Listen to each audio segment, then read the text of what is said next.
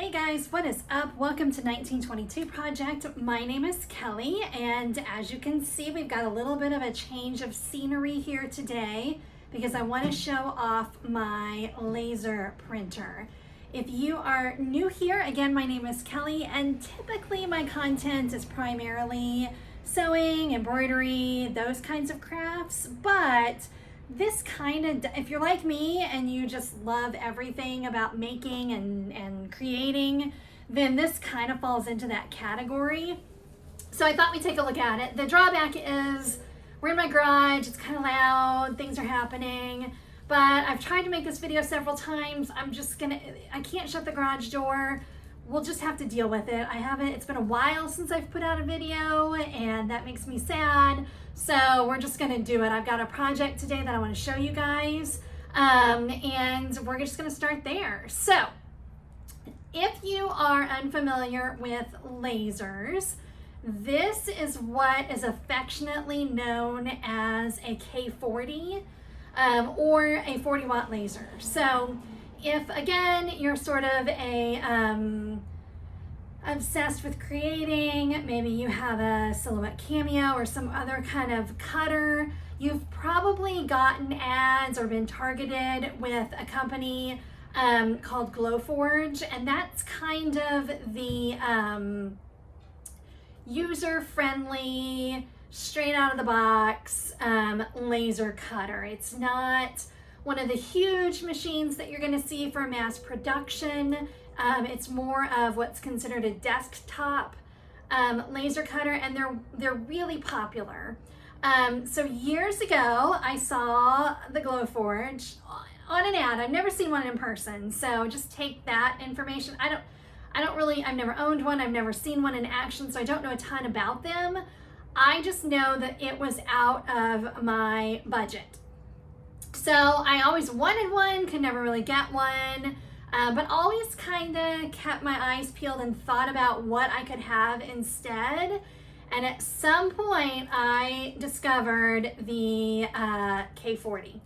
So I realized as I started to make this video that I don't actually know why they're called K40s. So if you know, tell me down below. But they are a 40 watt laser typically. I do believe if you order, there is a K40 Mini, which is a 35 watt laser. But typically it's a 40 watt laser. It typically comes straight from China, and has no bells and whistles and requires a little bit of tinkering. So it just so happens that I love to kind of have little projects and fix things, and again, you can't really see around my garage, but I do woodworking and I've got tools, and I like that, and the price difference was significant. So an entry level, whether it's Glowforge or some other brand, is going to be several $1,000s. This guy, $500 to $600, maybe even down to $400. When I first started looking, I think they were in like the $350 to $400 range. Again, it's been several years. I stalked them. I read up on them. I got scared. I got excited. I got, oh, I need one. No, I don't need one. I did that whole thing for years.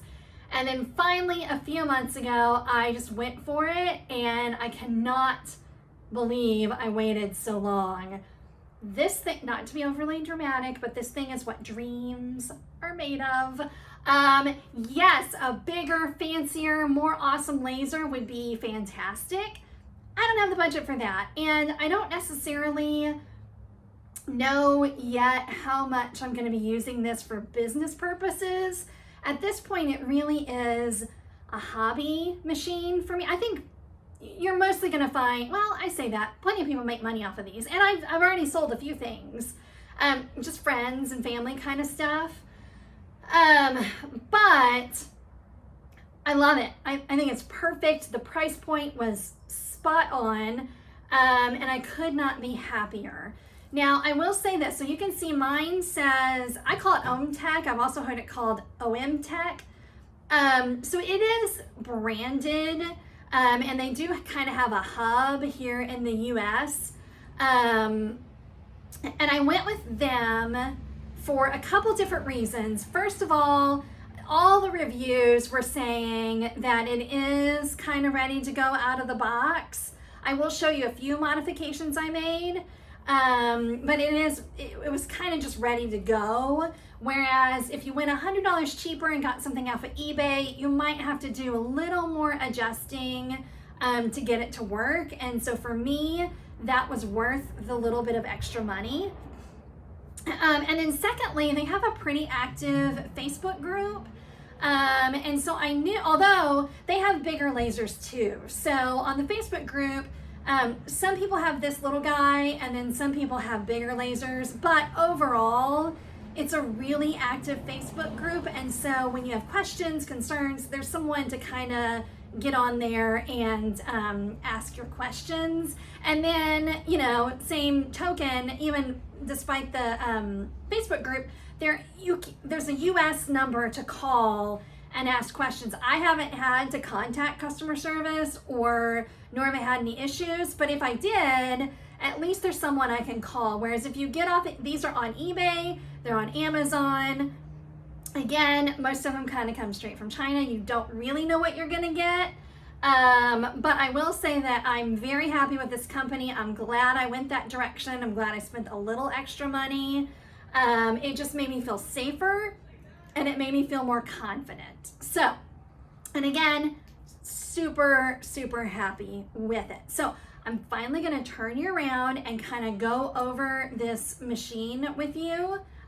Actually, you know what? Before we do that, let me say this. So, disclaimer, I'm not a pro. Again, I've only had it a few months. I use it some, but not every day.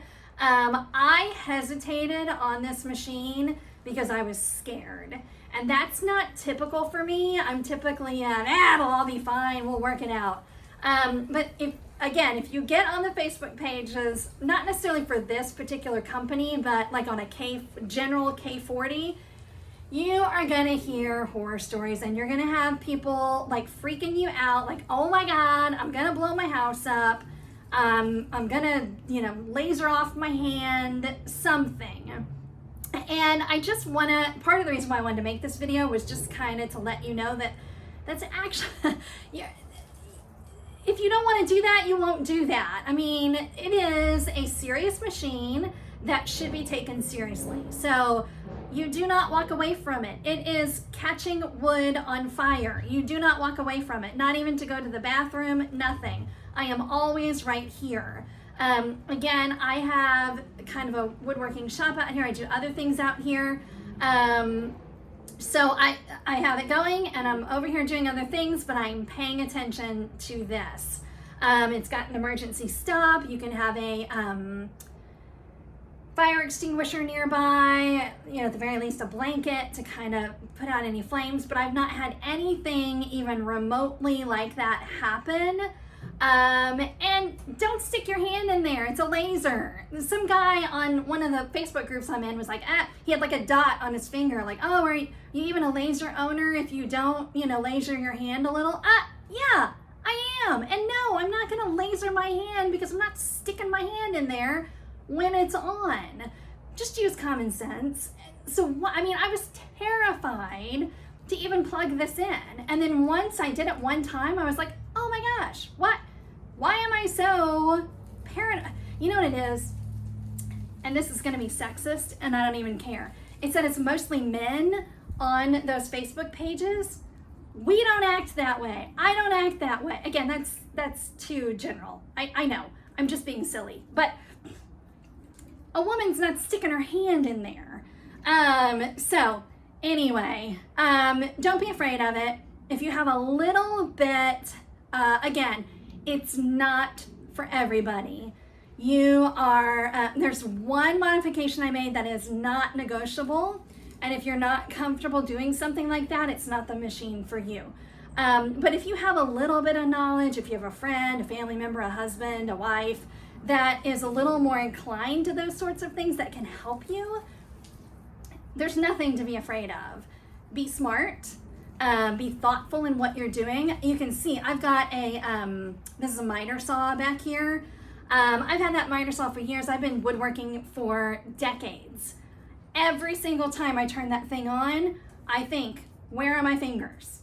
I don't want to walk out of here with less fingers. So it's kind of the same thing. I'm always thoughtful. I always think about what I'm doing. I always do all of my checks and then I run it. As long as you're doing that, it's not a scary machine. I do have it out in my garage. I can't imagine a scenario where I'll bring it in. I'm fortunate that I live in Central Texas. You can see it's December, 5th, 6th today. It's a gorgeous 73-degree day. Yes, in the summer, it's like 400 degrees out here, but I've lived here my whole life. I'm used to it. I'm gonna sweat just as much sitting in my house as I am out here. So it's always going to be out here because I can open the garage door and there are fumes. Again, you're burning wood, so it's going to stink. And I've cut acrylic, and acrylic really stinks. But I'll go over sort of my exhaust system as well. Yeah, don't be afraid. Don't be afraid. Be smart. That's my tip of the day. So I'm going to turn you around and I'm going to show it to you. I have a project that I'm working on today. I've got to cut, doing a bunch of ornaments for somebody, and I've got to cut like 4 more. So we'll cut those 4, and I'll kind of show you how it all works. I'm just going to turn you around and I'm going to show you the basics. I'm not going to go into too much detail because, again, it is pretty specific to this machine. But it's just kind of fun to show it off. So let me turn you around. All right, so here he is in all his glory. He is a he. His name is Gizmo. He used to have a little gremlin sticker, but it fell off, so I have to get a new one. But anyway, so this is basically all it is. You put your material down here. You can see I cut some paw prints for ornaments, and that's what we're going to do today. We've got, this is the laser head, and then this is the only thing that I added that I personally think is non-negotiable, and it's called Air Assist. Basically, I've got down here, where is it? Right here, I have an aquarium pump, and it blows air. And so there's tubing that runs up and it goes through here. So this is, again, the only modification I've made. And it goes, I fed it through here. This was already here. And then it goes up here, and then I've got a little, let's see if you can see it. I've got a little, like what you would use to air up a football or a basketball, and it blows air. And so what that does is, again, you're burning wood or acrylic or whatever, and it makes flames. And the first time I used it, I didn't have that air assist put in there. Again, it's not mandatory. But the flame was like really high. So A, it's dangerous, and B, this is your lens. It's gonna get your lens really dirty. So I almost immediately, I only ran it one time before I put that in, and it makes a huge difference. Again, I don't know that it's negotiable. But other than that, everything with this machine came ready to go. These are your mirrors. So you got 3 mirrors. The laser hits the mirrors in this is all very technical, hits the mirrors in some way or fashion that then cuts. But some of these machines, you need to adjust your mirrors quite a bit. This one came good to go. So that's the actual laser head. As you're cut, again, much like a Cricut, I know that's probably, or a Silhouette, I know it's a terrible analogy, and people who are really into lasers are going to hate that, but it moves the same way, except there's no blade, it's a laser.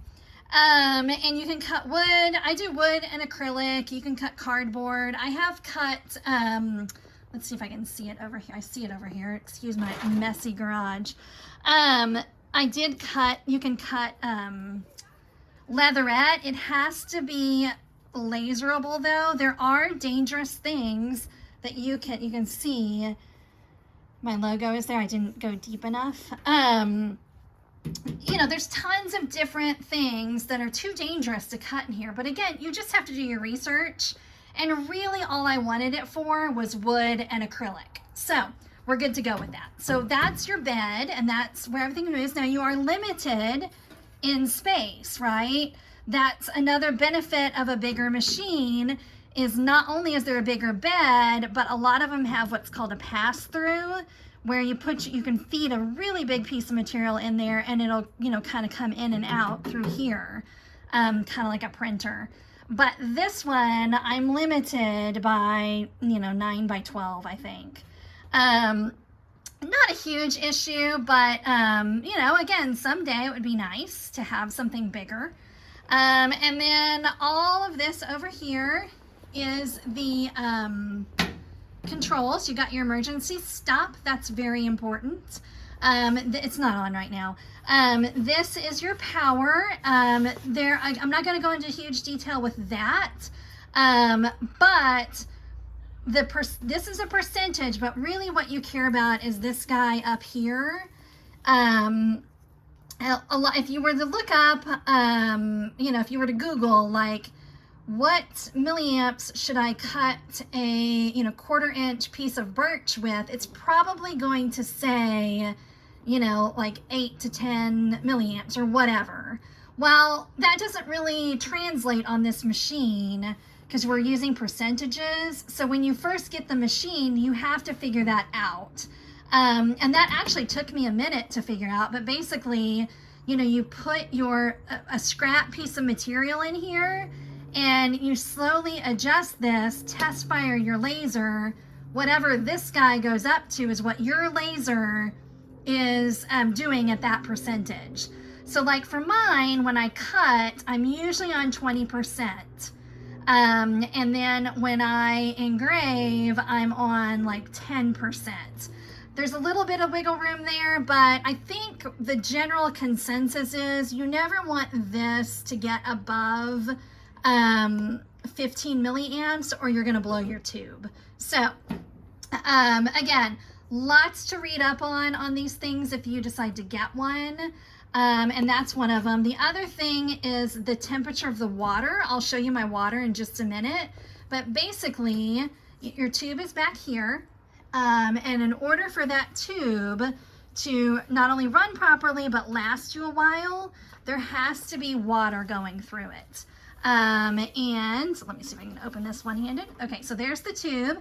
And these blue and clear tubes are the inlet and the outlet of the water. And then it comes back here, and then I drilled some holes on my, this is actually just an old dresser that I cut up, and over here it's my miter saw, and over here it's my laser. But it goes into a water bucket that then circulates water through this tube. Now, the thing with that is, and this was another thing that made me hesitant about getting one of these machines, is you need to chill the water. And you can see mine is just a bucket, and there's where those two tubes go. And so you can buy a chiller, and some of the chillers are more expensive than the machine. But in my research, I found this, you know, a K40 40-watt laser is probably going to do fine with this method for a while. What I do is I have frozen some water bottles. I put the frozen water bottles in here, and then I run it. And it just has, like, again, a little aquarium pump in there, and you plug it in, and it circulates that water through your tube so that you don't blow your tube. My brain is freezing, and I can't remember. It's funny because the book, I think, says like you just need to be below 30 degrees Celsius. I'll look it up. Maybe it was 20. Maybe it's 20 degrees Celsius. But again, like on the Facebook page, they make a big deal about, not particularly this brand, but like a general K40 page. Everybody's like, oh my gosh, has to be below 15 degrees or whatever. Mine is never that low. Honestly, I throw a couple of bottles of frozen ice in there and I go for it. This one, I don't even know what that one's for. The batteries died and I never replaced them. So, whatever. Anyway, on and off switch. And then the only other thing is the exhaust. So, again, lots and lots of fumes. This is what came with the machine. It exhausts out. The only other thing I have added is this guy, and it was like a birthday present to myself. It does do a pretty good job. So I hook this up to there, and then I feed that kind of around the corner here, and it does do a pretty good job of keeping the fumes out of my garage while I'm in here. Again, if you were doing this in the house, you would want a much better setup than this. But since I'm out in the garage and the big, huge garage door is open, it really works out okay. But that is basically the gist of this machine. Now, the only other thing is you have to have it hooked up to a computer. It does not run on USB. There's no way, it has to go from your computer to your machine. And I'm going to go get my computer and kind of show you what programs I use for that. This little guy comes out and will hold my computer. And I'll tell you what all you need for that. Okay, so I have my cheapy little computer hooked up to it. I will say you probably want a Windows computer. We're kind of an Apple family, and so that's why I had this laying around from years and years ago. It doesn't really work that well, but it doesn't really need to, because all I'm doing is running this program, and this program is called K40 Whisperer. The machine itself will come with a CD that has software on it. My understanding is this is not good at all, and you do not even want to download it onto your computer. K40 Whisperer, on the other hand, it's free to download. I have found it to be very simple to use, and there are good instructions on how to download it. You also need Inkscape, which is free. Even if you don't use it for designing, which I do not, my understanding is that it needs to be on your computer. It needs to be kind of running in the background for K40 to work. K40 Whisperer to work. So I do all of my designing for this and for everything in Silhouette Studio. It's just what I'm used to, it's what I like, it's what I use. But you could design anything in Inkscape and then bring it over to here. But basically, this is what we're going to cut today. Basically, all I did was I opened a design file and I brought it in. Red, you're not going to be able to really see it, but red cuts, blue vector engraves, which is like a deep engraving, and then oh no, I'm sorry. I said that right. And then black does a raster engrave, which is like a not quite as deep. Really, I just use black and red. You can see this has gray in it, and that doesn't matter. If it's got other colors in it, it's not going to affect anything. It's just the red and the black that matter. So what it's going to do is it's going to engrave all of my black parts, and then it's going to cut the red parts. I did one extra blank one because I messed up a toe. So we need an extra toe in here. So this is and basically this gray area is your bed of your machine, and this is where it is. And you can trace your design just like maybe you would on an embroidery machine to see where it's going to fall on your material. And then this moves things. I don't have the machine on yet, but this moves things. Like you can either physically move it like that, or you can use the arrows to move it where you want on your material.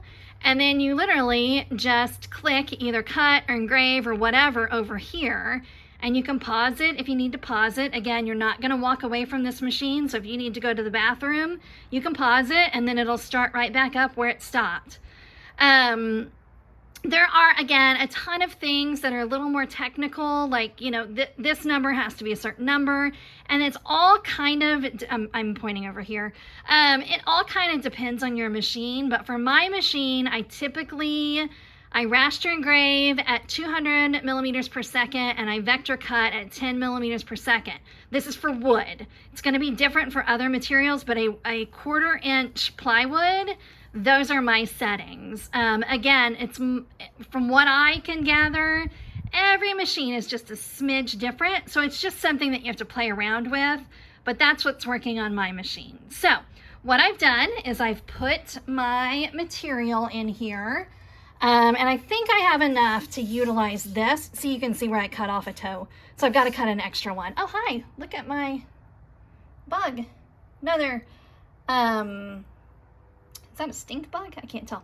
Another benefit of working out in the garage, you get little friends. So I'm gonna put this here, and then when I turn it on, there is a laser pointer. That's not the actual laser, a red dot pointer. That you can kind of see where you're lined up. So let me get it all turned on. Let me move my little friend here first. Okay, so you can probably hear a little noise now. I've got my air assist on, which is that guy, and he again blows air right here. You can hear it go away and come back on.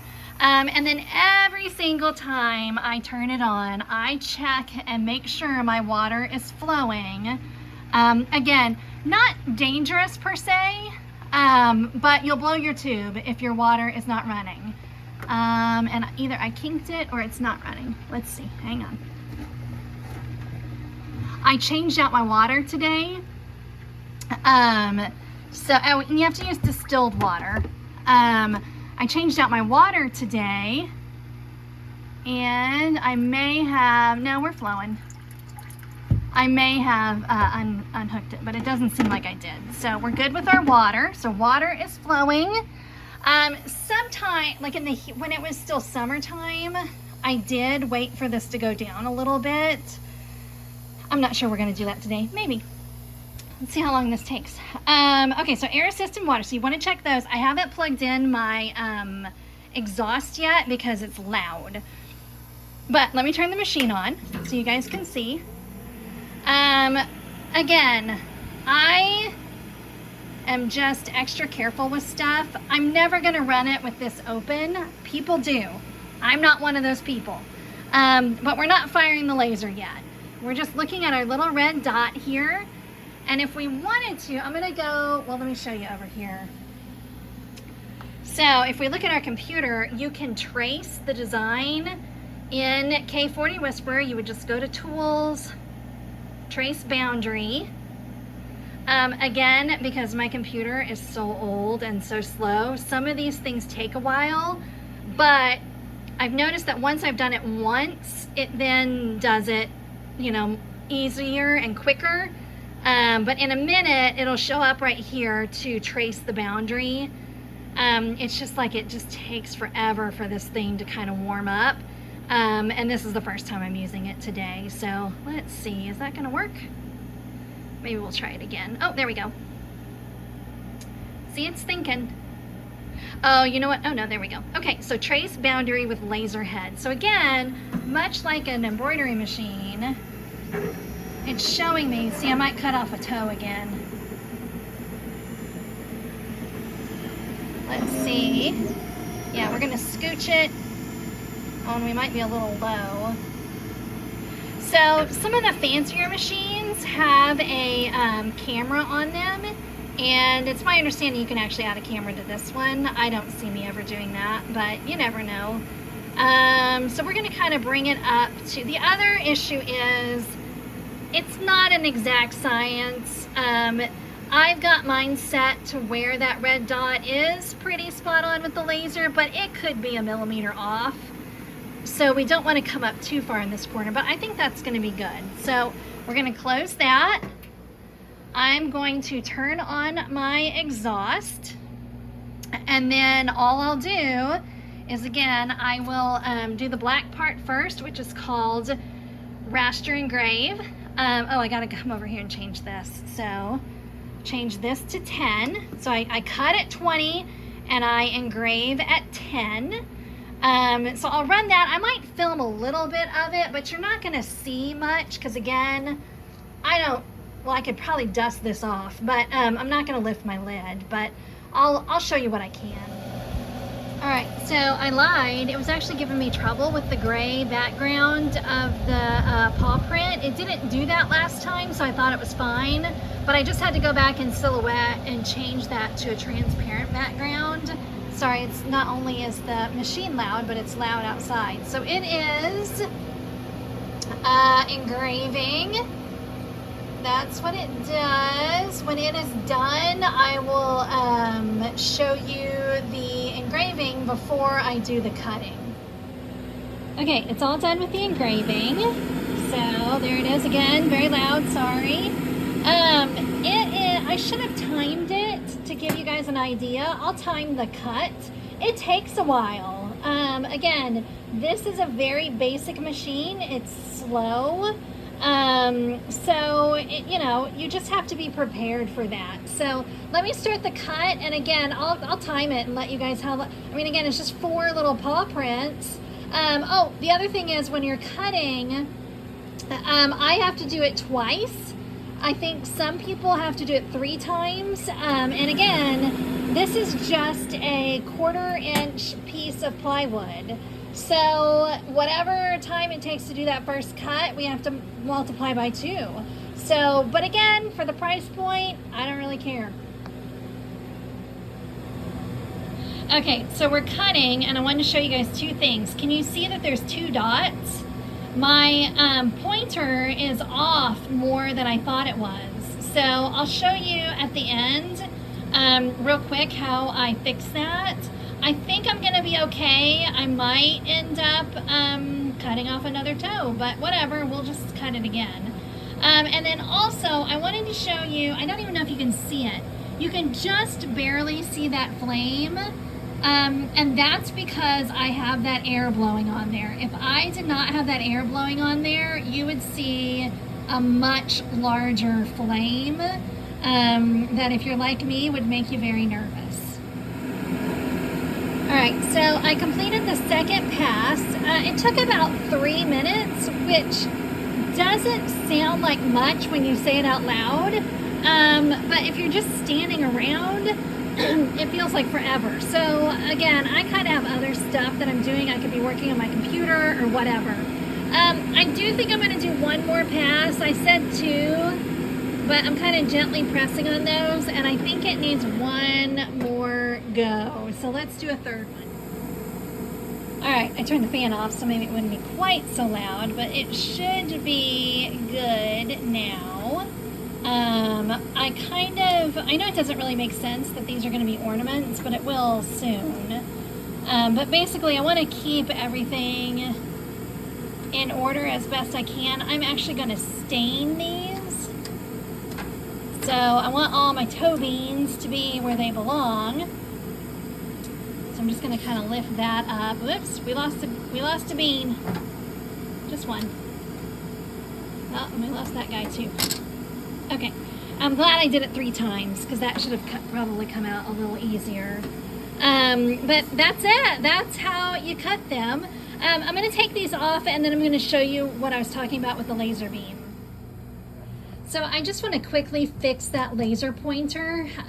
So a red dot, I don't know how to distinguish between the laser that actually cuts and the laser dot pointer. So I want to make the laser dot pointer and the laser cutter line up, so that when I trace the design, it's more accurate. So what I did is I just put that material back in there. Any scrap material will do. And then you just test fire real quick. And then when you come back over here, again, do it with the lid down. I think people do it with the lid up. I'm not doing anything with the lid up. Okay, so you see how far off my pointer is from that dot? This is my pointer, so I'm just going to move it to line up with that dot better. And now, when I go to trace, it's going to be a little more accurate. Again, not really, accurate within, really finite precision, but it's usually a little bit better than what it was when I was cutting that those paw prints. So I was going to end the video there, but I think I'm going to go ahead and show you guys how I finish these up. I need to clean them and then get a little bit of that residue off of there. You can either do that with sanding. I think some people use alcohol to do that. Isopropyl alcohol, not like Deep Eddy vodka. And so I'm going to clean them up and stain them, and then I'm going to show you the finished product because these are super cute. Okay, so while I'm waiting for the stain to dry on the paw prints, I wanted to show you guys I am sublimating these blanks. A couple years ago I bought far too many of these, so I'm sublimating them with a pattern that I got off of Creative Fabrica, or is it Fabrica? I don't know how you say that. Anyway, so I'm sublimating these and then I'll glue the paw print onto them. But I wanted to show you guys, I got this new heat press. It's the HTV Ront. You've probably seen ads for it. Oh my gosh, look at my huge mess over here. But it is an automated press and I just got it set up. I have not sublimated anything, like any hard things with it. I did like towels and those came out okay. Or they came out really well. But I wanted to show you, I did this with my other heat press and see I've got these voids in them. Like one side turned out fine and then the other side turned out like that. So these are now trash. And so I thought, well, I'm gonna fire this one up and see if I can do better with it. It's supposed to be automatic pressure, and for some reason that makes me very nervous. So it is heating up pretty quickly. I want to get it up to 380 before I press these. I thought it was going really fast. Oh no, that's right. I wonder if it stopped because I opened it. Hang on. Okay, it got to temperature the second I turned the video off. So I'm just gonna do 2 because again, I'm feeling very nervous and I've already wasted so many. Again, even though I have a ton of them, I don't wanna just trash them. Okay, so speed this up. All right, whoa, hello, she's smoking. I need to open a window in here. Okay. Here goes nothing. I did put butcher paper on the top, but for some reason it always sticks to the top under there. All right, moment of truth. Oh, it looks good. Looks good, looks good. Yeah, I think they're both good. All right, I'm gonna keep going. Okay, so that went super fast. This guy is the hero of the day. So if you are considering one, so far, I highly recommend. So I got them all done. They all got sublimated, and then I just took, can't find it. I don't know where I put it. I have some Gorilla Glue, super glue, and I just glued the wood onto the, this one should be dry, onto the sublimated ornament. I got super glue all over myself. Some people use 3M. They put 3M tape on the back of the wood, and then they just peel that off and then put it, stick it down. I will for sure be doing that next time. That is a lesson learned on my part because, again, hello, super glue. But I'm going to take some jute string and some beads and wood beads, and these will be done. I just cannot find my jute. I'll show you the beads though. So I cut off 3 of these beads and string them through, these are just, it's garland from Walmart. String them through the jute and then put them on the ornaments. Again, I just can't find it. It's driving me crazy. I am going to find it.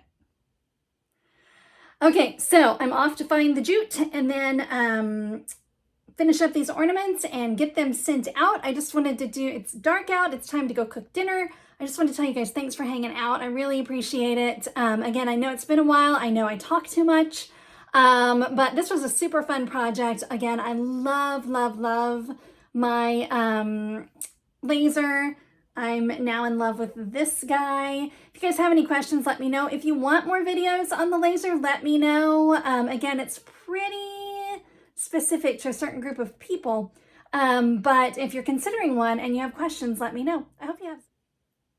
Have a great night, guys. I will see you later. Bye-bye.